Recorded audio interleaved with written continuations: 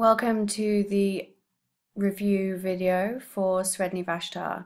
This will help you to prepare for your IGCSE English Literature exam for the prose section. Sredni Vashtar by Saki. A short summary of the story. A young boy named Conradin is dying of an unnamed illness and is forced to live with his cousin, Mrs. Durop, who finds pleasure in mistreating and antagonizing him. We don't know what has happened to his parents, but Mrs. Durop is his guardian, his legal guardian, the person who is in charge of looking after him. The only comfort that Conradin finds in his life is in an imaginary world, as well as his vivid imagination. He's created this imaginary world in an unused toolshed, and his companions are a hoot and hen on whom he lavishes attention. He gives a lot of attention to, and a polecat named Sredni Vashtar, which is where the title of the story comes from. He fears Sredni Vashtar and he comes to venerate him as a god. He looks up to him as a god. Conradin's imaginary world becomes a sick obsession, where Sredni Vashtar becomes his god. Conradin's world starts falling apart when his cousin ransacks his shed and sells his pet hen.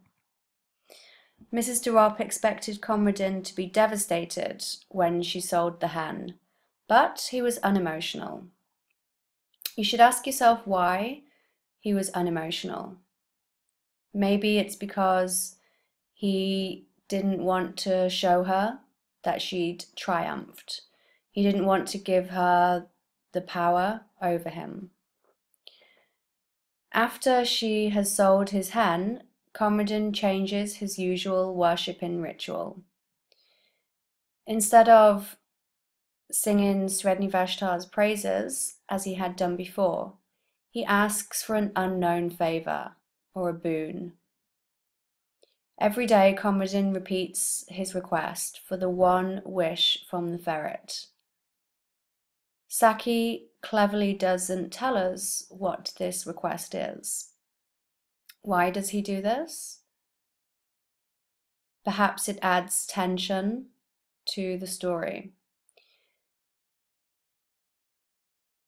The reader can infer, we can guess that the request is to kill Mrs. Durop, but Saki never tells us that. Mrs. Durop looks in Conradin's bedroom for the key to the shed and goes out there one morning because she is suspicious. She's suspicious that he keeps going to the shed so much, even though she has sold his hen. Mrs. Durop doesn't know about Sredni Vashtar. Remember that Conradin buys it from the butcher boy, and therefore it's a secret from Mrs. Durop. So when Mrs. Durop goes to the shed, Conradin watches in silence as she searches the shed. He's given up hope when she goes to the shed. He imagines her finding Sredni Vashtar, and this would be Mrs. Durop winning. And he imagines his decline in health up till the day he dies and Mrs. Durop has won. However, as we know, Mrs. Durop did not return from the shed. When Conradin sees that she's been there for a while and she has not yet come back, he begins to hope. And he starts chanting to Sredni Vashtar. And you should remind yourself of the chant that he says to Sredni Vashtar at this point in the story. The story ends with Sredni Vashtar escaping from the shed with dark wet stains around the fur of jaws and throat. The maid goes to look for Mrs. de Ropp and screams about the probable death of Mrs. de Ropp. While this is happening, Conradin calmly eats toast, relishing every moment. Relishing means really enjoying every moment. He hears the loud sobs of the maid and someone carrying a heavy burden.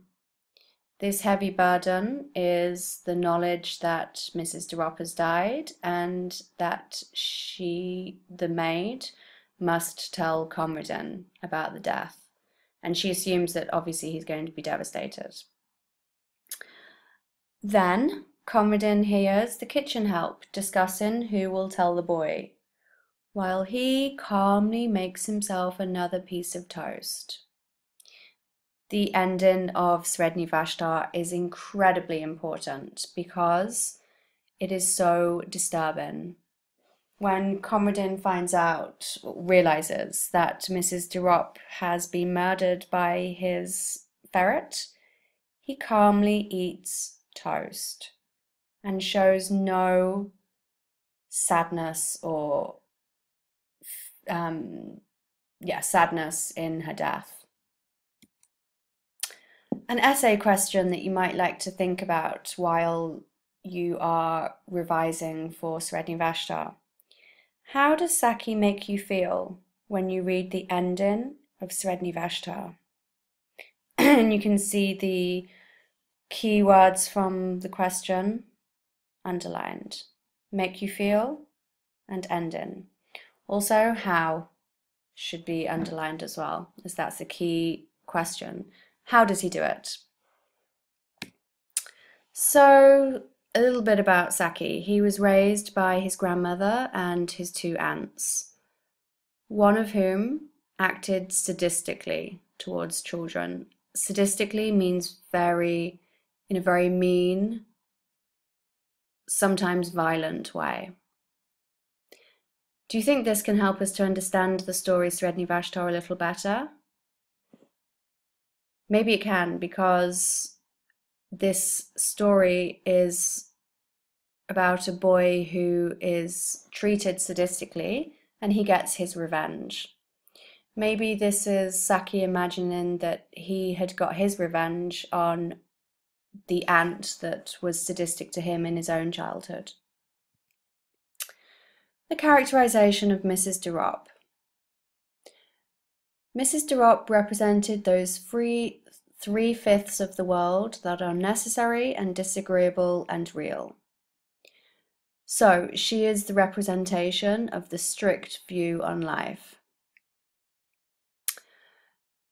Mrs. de Ropp very early on is established as an unclean thing which should find no entrance into Conradin's imagination, his imaginary world. While both characters are shown to gain pleasure from the other's pain, Conradin likes the fact and enjoys the fact that Mrs. de Ropp has toothache and of course ultimately her death, and clearly Mrs. de Ropp gains pleasure from Conradin's pain. The narrative style biases the reader against Mrs. de Ropp.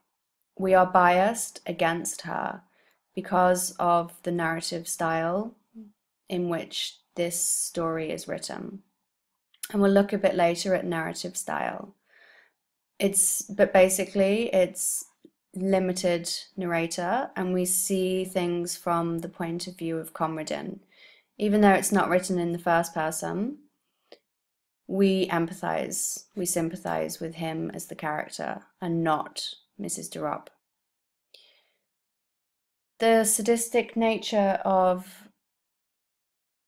that is shown is not natural for a child. But for her, Mrs. de Ropp, who might have been dimly aware that thwarting him for his good was a duty which she did not find particularly irksome, The sadistic nature becomes a reason that her death is looked upon favourably by the reader. We are happy that Mrs. de Ropp has died because she is sadistic towards Conradin. And therefore we sympathise with Conradin, and we don't think of him as evil or vile for rejoicing in it, for being happy in it, because Mrs. de Ropp is portrayed as such a sadistic and mean character. So we are definitely on the side of Conradin and not Mrs. de Ropp. Conradin is the protagonist. He's physically weak and ill.